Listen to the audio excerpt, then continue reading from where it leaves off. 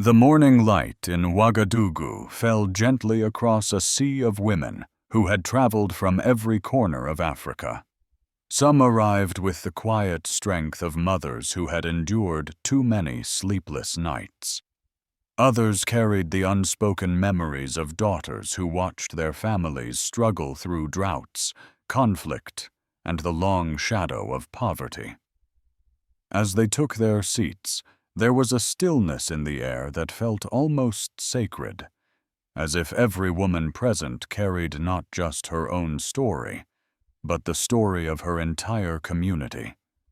These were women who had nursed sick children through the night with nothing but hope, women who had buried their loved ones far too soon, women who had held families together when war and hardship tried to tear them apart.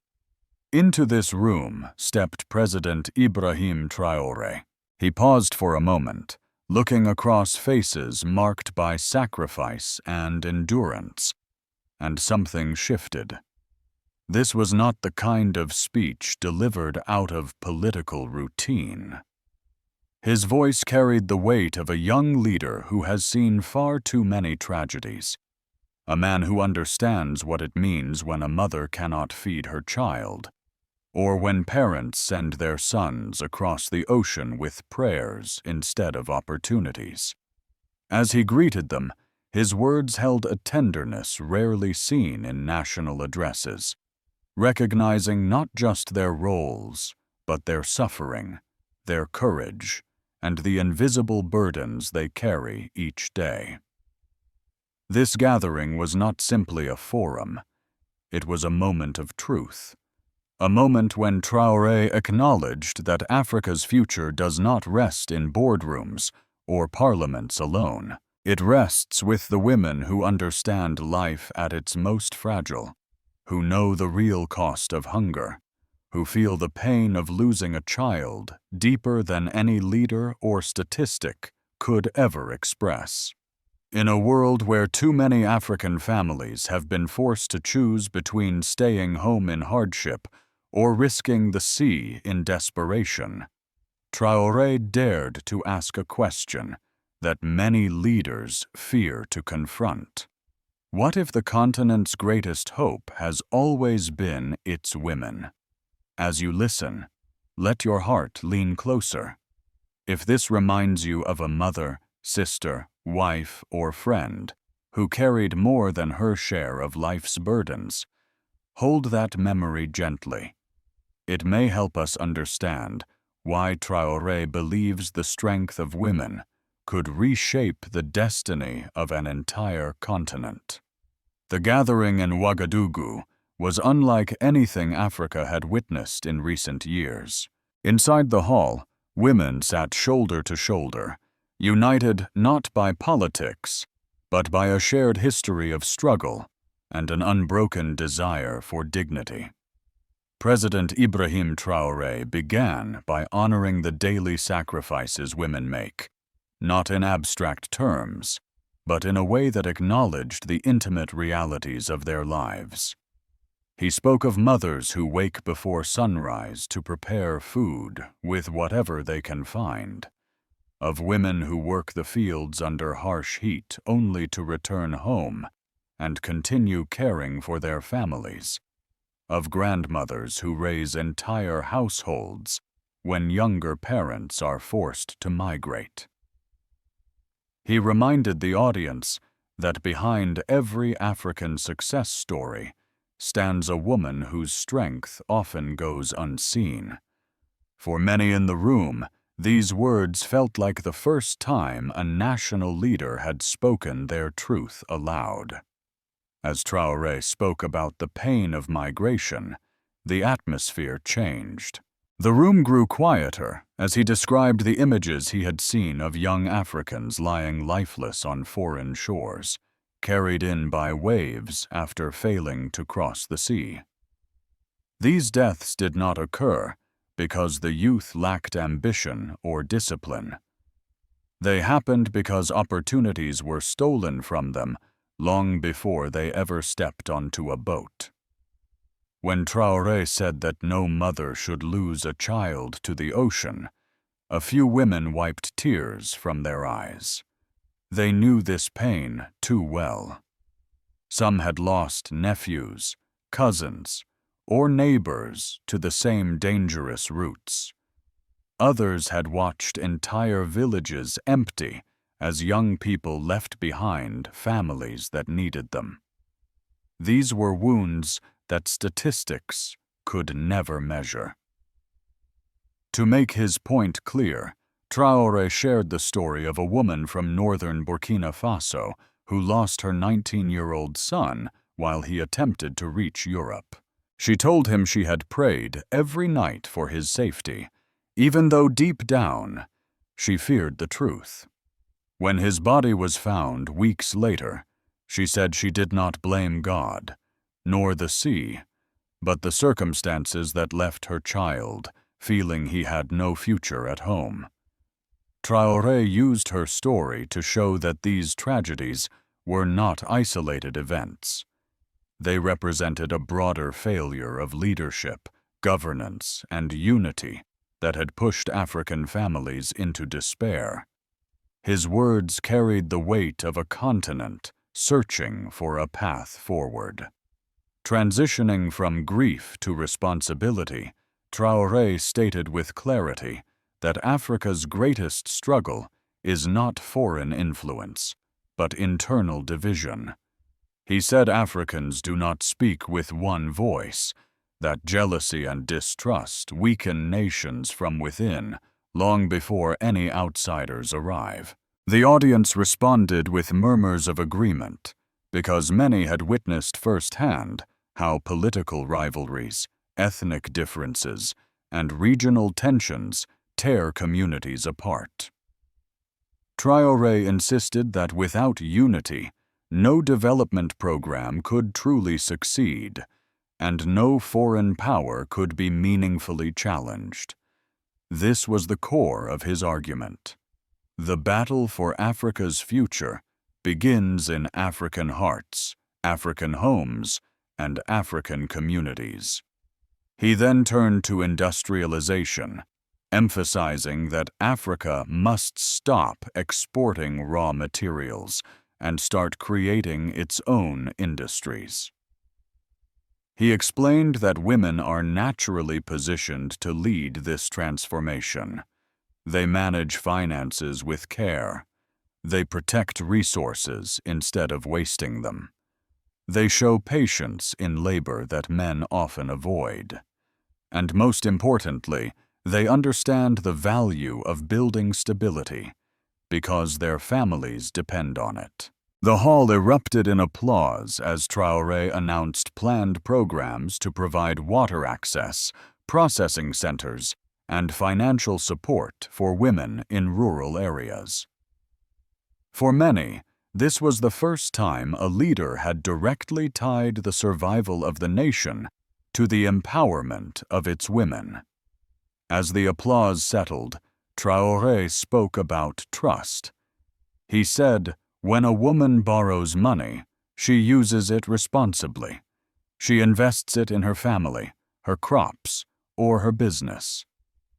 Men, he admitted, sometimes misuse the resources meant for development. The women laughed softly, not out of disrespect, but out of recognition. They had seen this truth in their daily lives. His honesty drew them closer, building a sense of partnership between leader and citizens. Before ending, Traoré delivered a message that reached far beyond economics. He said women are the bridge to peace. They can calm tensions, heal conflicts, and persuade men to reconsider destructive choices. When a woman speaks, he said, leaders listen, women mend wounds that politics cannot. They are the ones who sit with grieving parents, who negotiate with neighbors, who protect children from the trauma of war. If you have ever watched a woman hold a family together through hardship, you understand why these words matter. Let them guide your thoughts as we continue. But what triggered the emotional turning point that changed the entire tone of Traoré's speech. The emotional turning point of Traoré's address came when he shifted from honoring sacrifice to exposing the deeper wound that lies beneath Africa's struggle.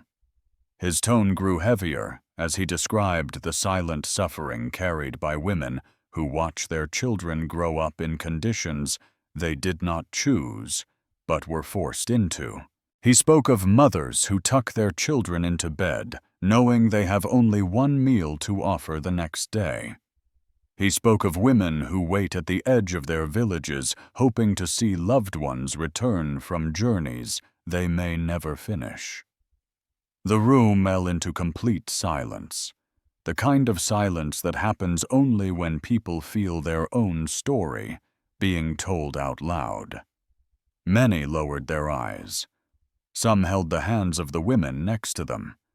It was a moment that stripped away titles, borders, and politics, leaving only the raw truth of human pain. To make this reality unmistakable, Traoré recounted the story of a woman from the Sahel region who watched her 2 sons leave for Europe after years of failed harvests and dwindling opportunities.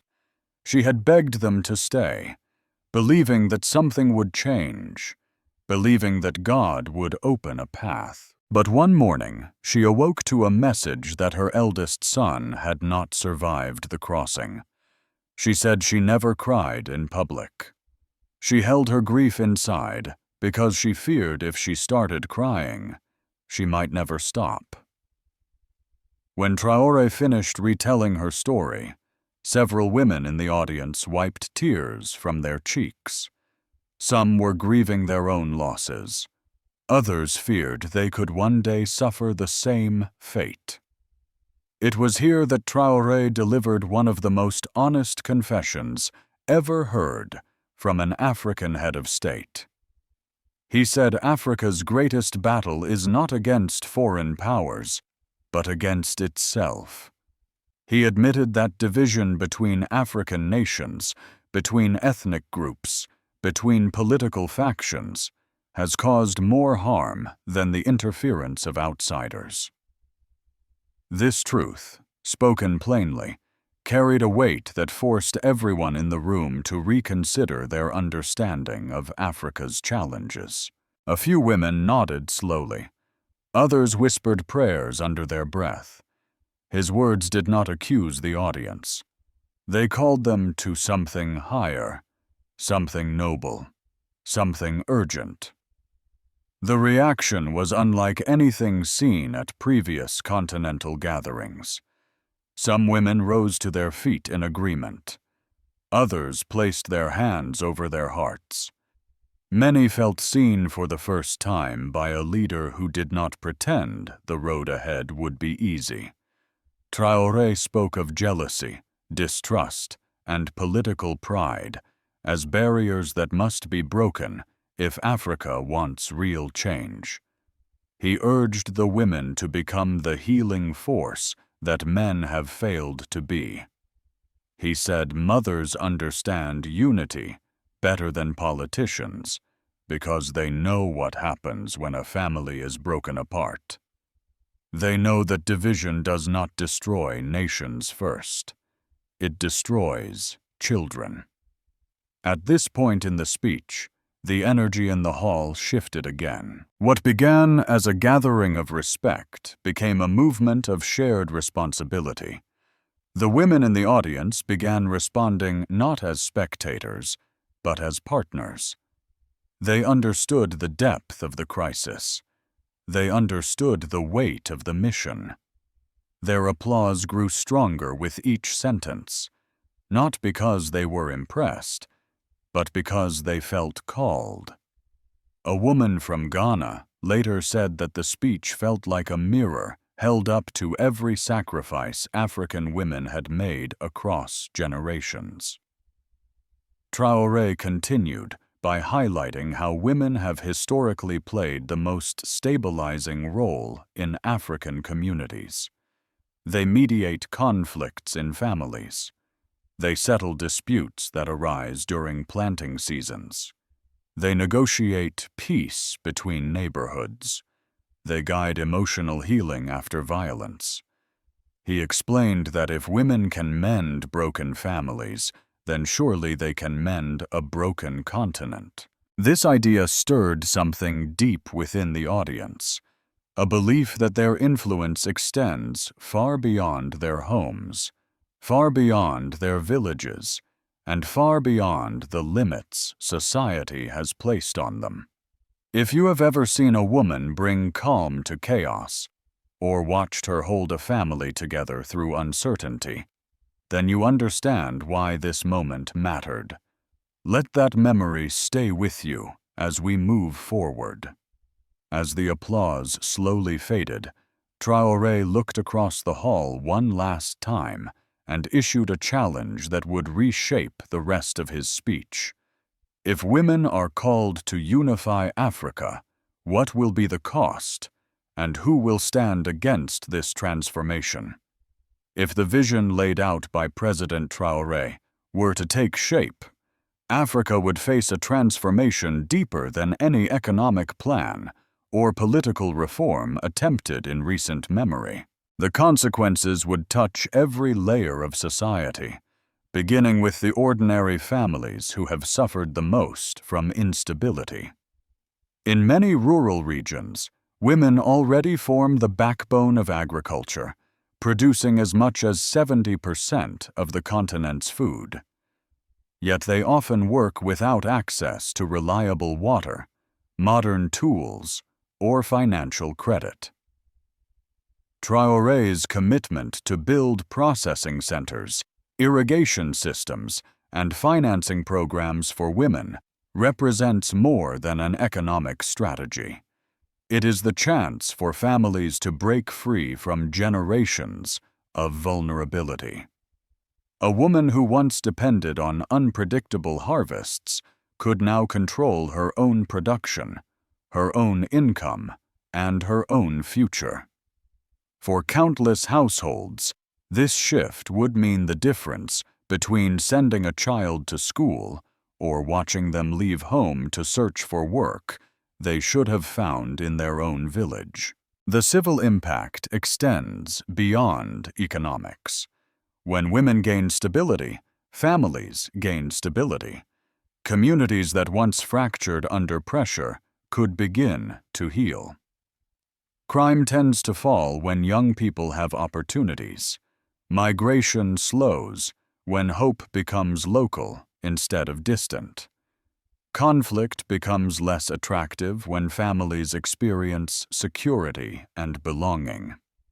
A mother who knows she can feed her children has no reason to send them to dangerous cities or across dangerous seas.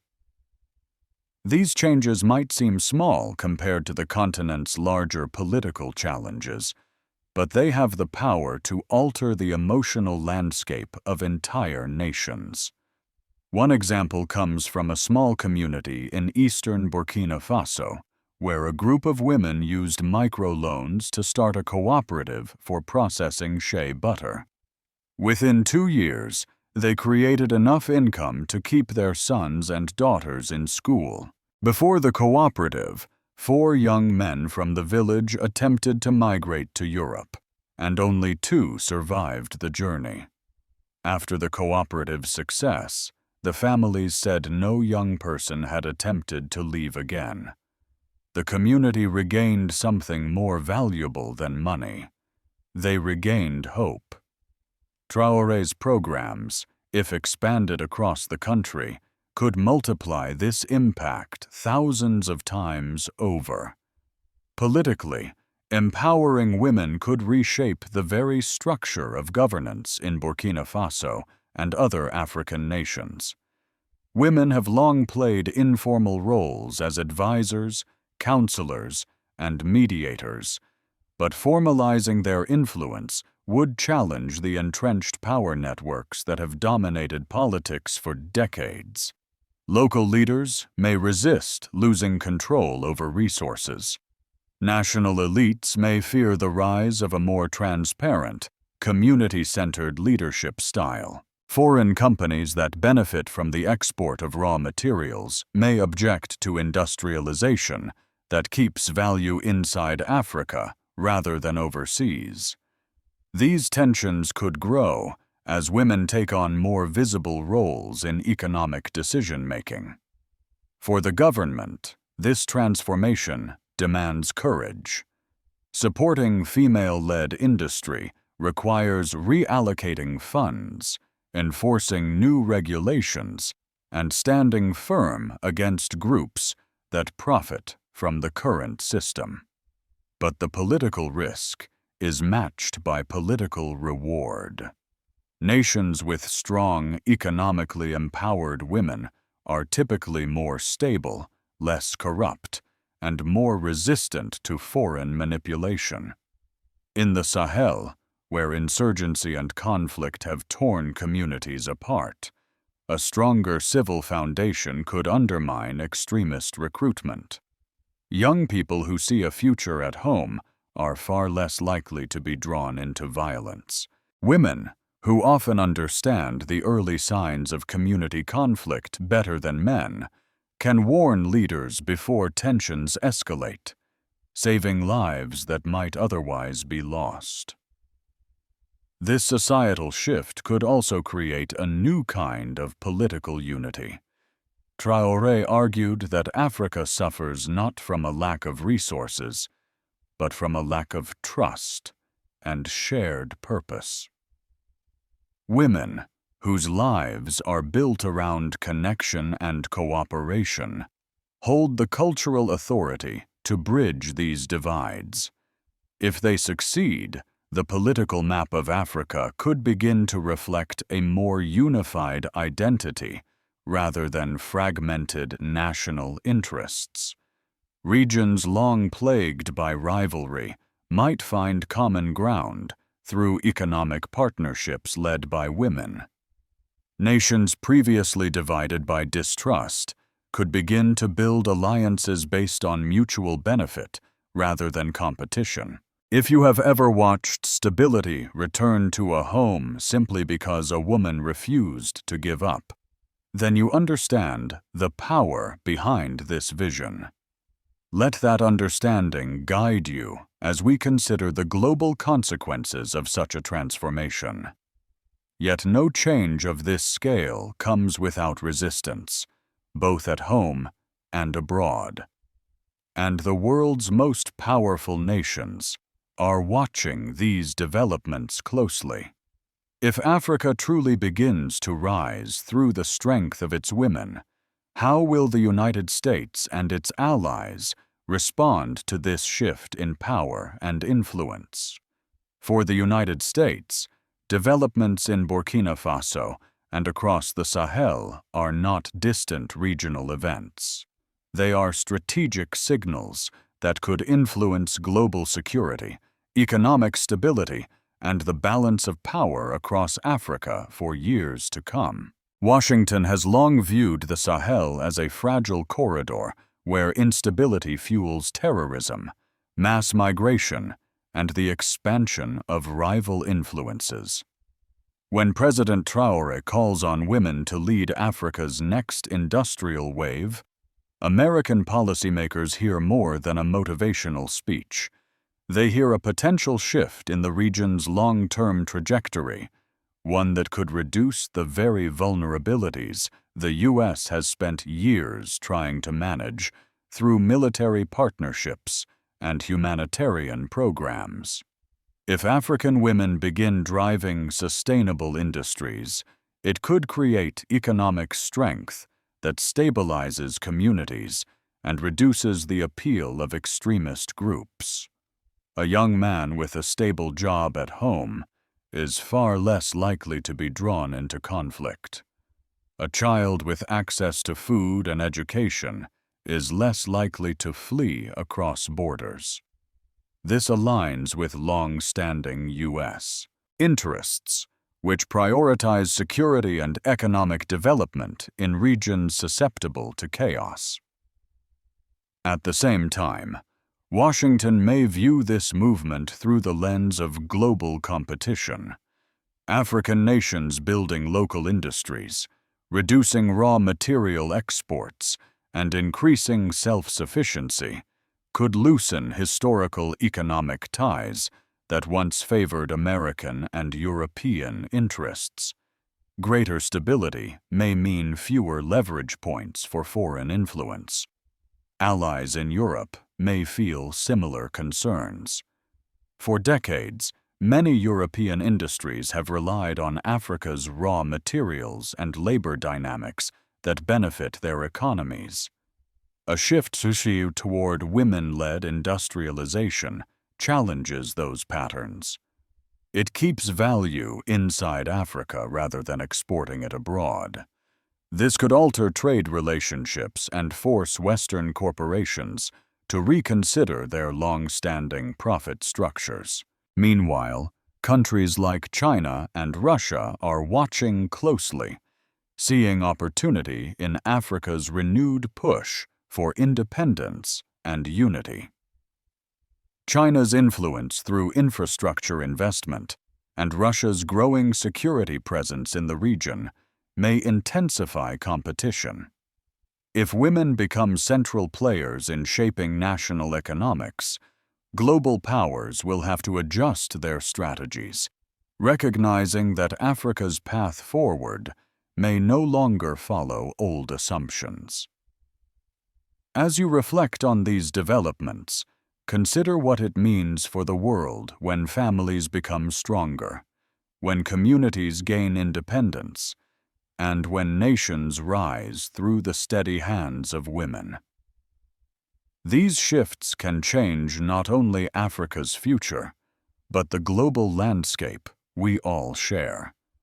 Yet even with international support or concern, the question remains: if Africa chooses this path, will it lead to lasting unity and peace, or will the forces that fear change push back harder than ever?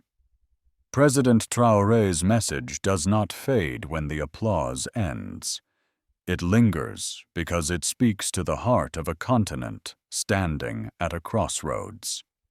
Africa today faces a test that is as personal as it is political. Families are worn down by conflict. Young people are torn between hope and despair. Communities carry both pride and pain. Against this backdrop, Traoré's call for women to lead is not simply encouragement. It is a warning that without their strength, Africa risks repeating the same cycles that have broken so many households and stolen so many futures. He reminds us that the cost of division is measured not in policy failures, but in the tears of mothers who bury their sons and daughters long before their time. His words urge Africa to rise, not through force, but through compassion, discipline, and unity. As we reflect on this moment, we must face a difficult truth. The next few years will determine whether Africa gains the independence it has long pursued or falls deeper into fragmentation. If women succeed in leading industrial growth, communities could stabilize, and generations of suffering could finally be eased. But if efforts toward unity collapse, Africa may face new conflicts, stronger waves of migration, and deeper economic dependency. These are not distant possibilities.